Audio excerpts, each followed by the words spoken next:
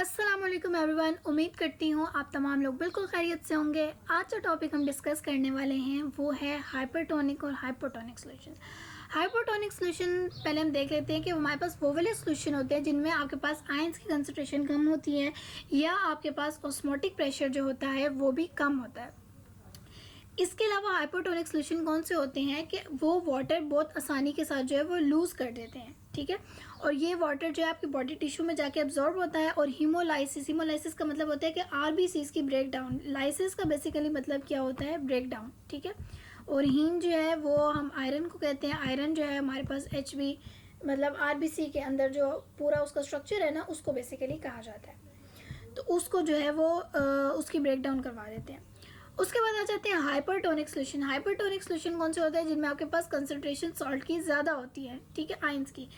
और इसके अलावा क्या होता है कि उनके पास ज़्यादा टेंडेंसी होती है कि वो आपकी बॉडी टिश्यू के अंदर से वाटर को विड्रॉ करें, ठीक है, वाटर को लें।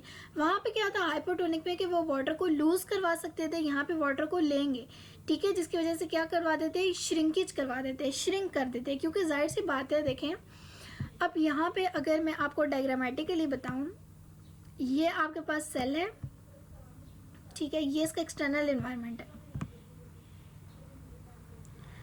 अब क्या हो रहा है कि अगर हम लोग हाइपोटोनिक सोल्यूशन की बात करें तो हाइपोटोनिक सोल्यूशन में बेसिकली क्या होगा कि आपके पास जो आयंस होते हैं ना, वो उनकी कंसंट्रेशन जो होती है वो कम होती है, ठीक है। तो जिसकी वजह से वो क्या करते हैं, वाटर लूज, यानी कि ये अंदर है ना, तो अंदर से वो बॉडी टिश्यू को जो है ना वो लूज करना शुरू कर देते हैं वाटर, ठीक है। जब वाटर लूज करना शुरू कर देंगे बॉडी टिश्यू में, आप देखें आपके पास ज़्यादा वाटर आ जाएगा, तो ये और बड़ा हो जाएगा। जब ये और बड़ा हो जाएगा इसका मतलब है ये इसको बर्स्ट कर देगा और फाड़ देगा, ठीक है। तो उसी वजह से जो है वो आरबीसीज की ब्रेक डाउन होती है। यहाँ पे एक मेजर चीज़ होती है वो बर्स्टिंग। आप बेशक अपने पास नोट डाउन भी कर लें कि बर्स्टिंग का फिनोमिना होता है।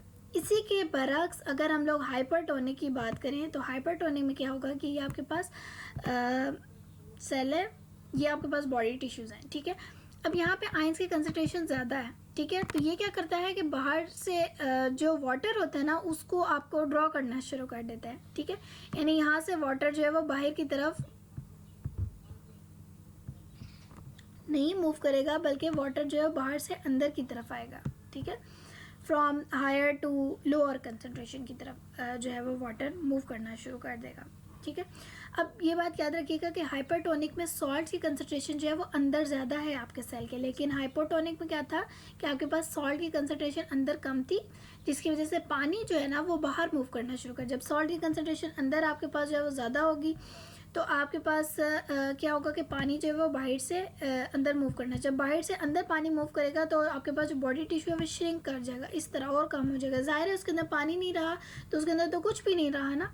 तो इस तरीके से जो है वो हमारे पास ये पूरे प्रोसेसेस होते हैं कि आपके पास हाइपोटोनिक में जो बर्स्ट कर जाता है सेल, ठीक है, क्योंकि उसके अंदर बहुत ज़्यादा एक्स्ट्रा अमाउंट में वाटर आ जाता है। और जो हाइपरटोनिक सोल्यूशन होते हैं उसमें श्रिंकेज कर देता है क्योंकि वो उसका वाटर जितना होता है वो भी चला जाता है। अगर कुछ एग्जांपल्स की बात करें तो आपके पास कुछ ऑप्थेल्मिक सोल्यूशंस हैं, उसमें आप ये नॉर्मल सलाइन वगैरह इस्तेमाल करते हैं। डेक्सट्रोज, जब पेशेंट का जो है वो डिहाइड्रेशन हो जाती है, ठीक है, तो उसको हॉस्पिटल में जब लेके जाते हैं या इवन वॉमिट वगैरह बहुत ज़्यादा हो रही हो तो हॉस्पिटलाइज जब करते हैं तो उसको डेक्सट्रोज या नॉर्मल सलाइन का सोल्यूशन ही एडमिनिस्टर किया जाता है जो उसकी इलेक्ट्रोलाइट्स को बैलेंस कर देता है। अगर हम फार्मेसी में इसकी एप्लीकेशंस की बात करें तो बहुत कॉमन एप्लीकेशंस हैं डिफरेंट एक्सपेरिमेंट में या टिश्यू कल्चर क्लोनिंग में जो है हम इसको इस्तेमाल करते हैं।